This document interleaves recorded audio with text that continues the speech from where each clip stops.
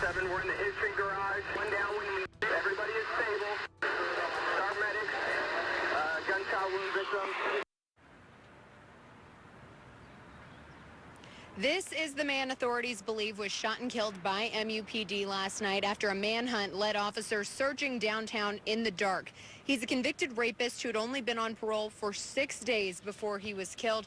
Good evening, I'm Brittany Pieper. We're live out here at Hitt Street Garage. This is where the shooting actually took place last night. It's pretty calm here now. It's back open to cars, but last night it was a crime scene. We have team coverage on what happened late last night, more information on that suspect, and what led to an apology from MU.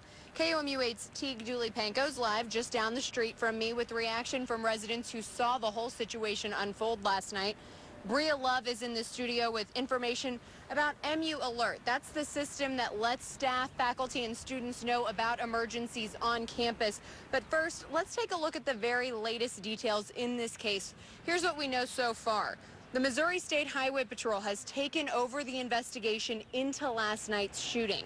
At this point, authorities are still working to confirm the identity of the suspect, but CPD said last night that they are 95% sure it was the man killed was 51-year-old Mark Adair.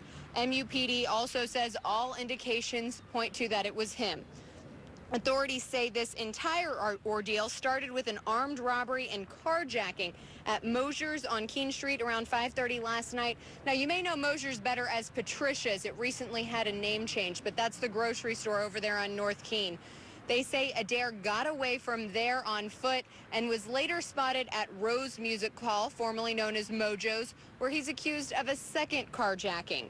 That's when police say he headed here to Hitt Street Garage, and police say that they were involved in some sort of physical confrontation with Adair before he was shot and killed. Now, KOMU 8's Jeremy Schrank talked with the Missouri State Highway Patrol just a few hours ago. So tell us, what did they have to say about the investigation as they take it over now? Yeah, I talked with Sergeant Kevin Hunter. He said at this point in the investigation, the main focus for them is identifying the suspect and confirming that. They said there is good reason to believe that the suspect is Adair based on previous events last night, but they said until they get the autopsy back and have fingerprint confirmation, they won't know for sure. There's a lot out there about who he is believed to be, and that's reasonable assumption based on all the information at hand, but we would like to ultimately confirm that with fingerprint evidence. Hunter also said that once the autopsy is complete, there will be a report compiled with all of the information. All right, now, in addition to this investigation, lots of people witnessed what was going on last night, many from right down the street from where we are right now. A lot of apartment buildings in this area where they could watch from their balcony. KOMU 8's Teague Dooley-Panko talked to some of the witnesses about what they saw. Many of the witnesses watched the crime scene unfold from their own apartment balconies. So these balconies were full last night of people trying to figure out what was going on right across the street at the Hitt Street Garage. Many of the people I spoke with said they were very surprised that it happened in this kind of area. John Paul and his pup Aspen usually have nothing to worry about living downtown. Like, this is a nice area of town. But last night was different. Trying to fall asleep, and then I hear what sounded like 2 pops. But it didn't end there. And I sat up, because it sounded like gunshots, but it wasn't like a for sure thing.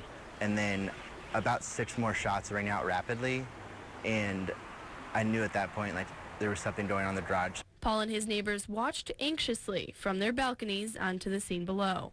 It just looked like chaos. Everyone was running around. Nobody out here that was already out here knew what was going on, and it was just an intimidating time. Paul says last night could affect him for a while. I walked in the parking garage every day. I park my motorcycle there, so it's kind of nerve-wracking though at night to know that, like, somebody has been killed there. Some witnesses got up close and personal with the crime scene last night and took some pictures, sent them to us, but unfortunately they were too graphic to show you on air. Reporting live in Columbia, I'm Teague Dooley-Panko, KOMU 8 News. During the chaos last night, MU students were not notified about the manhunt or the shooting until after the whole ordeal was over.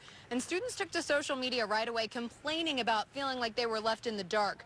2.5 hours ago, MUPD sent out an email apology. It says students should have been notified immediately when the university was contacted by Columbia PD. That statement said, quote, the University of Missouri failed to follow established protocols and procedures, alerting the MU community in a timely manner. Specifically, the MU alert system was not activated when it should have been, and we apologize to our community. KOMU 8's Bria Love tells us how students felt about being unaware of this situation. The university spent a great deal of time and effort getting students to sign up for text and email alerts. Alerts students hoped would give them a heads up in a dangerous situation. KOMU 8 anchor Christian Bryant tweeted this photo at 11:04 last night, and students were not notified by the university until about 30 minutes later. I spoke with students on campus this morning, and they had a few concerns.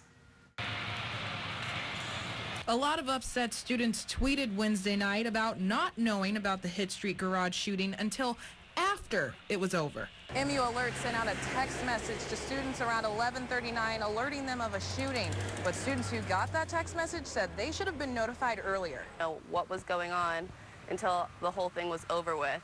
MU Alerts should have posted something and told us that this event was going on, and we knew that campus wasn't safe. Another student on campus says he was on the scene the entire time and received nothing. I probably saw 20 or 25 different police cars and vehicles, and I mean, we didn't have any idea what was going on. So, and then we hear shots, and then they send it out. So it was a little bit not in order. Others say they were just glad to be notified. It's good to get the text, and like, at least for people who say it was too late, at least you got the text early in the morning when you woke up. The alert says, quote, during a search for a suspect in an armed robbery, Columbia police asked the MU Police Department for assistance. The suspect was located and engaged police who shot and killed him. The campus is safe at this time. MUPD's apology email Thursday says safety and security is its top priority, and all procedures will be corrected. To see the full apology statement we received from our MUPD email, visit our website at KOMU.com. After this shooting, KOMU 8 did some digging to find out more about Mark Adair's criminal past. As we told you earlier, Missouri Corrections granted him parole last Friday after a long list of crimes and a 30-year sentence. KOMU 8's Raven Brown takes a look at that criminal history.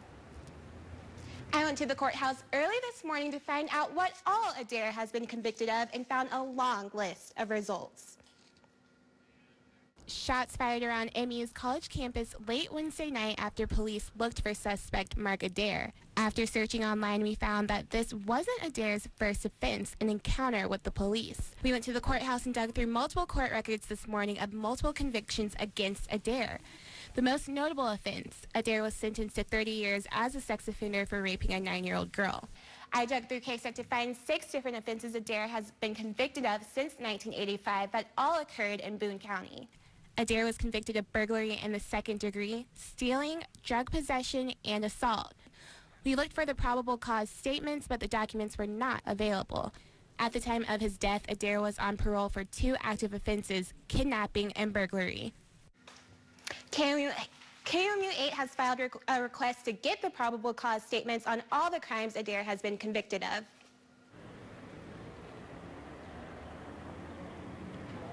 We have all of our stories from last night through today on this situation on KOMU.com. There's also a storify there and pictures from our viewers, and we'll continue to update it as we get new information. Again, you can find that all on KOMU.com, and we'll have another round of live team coverage tonight at 9 and 10. For now, let's send it back to Jim in the studio.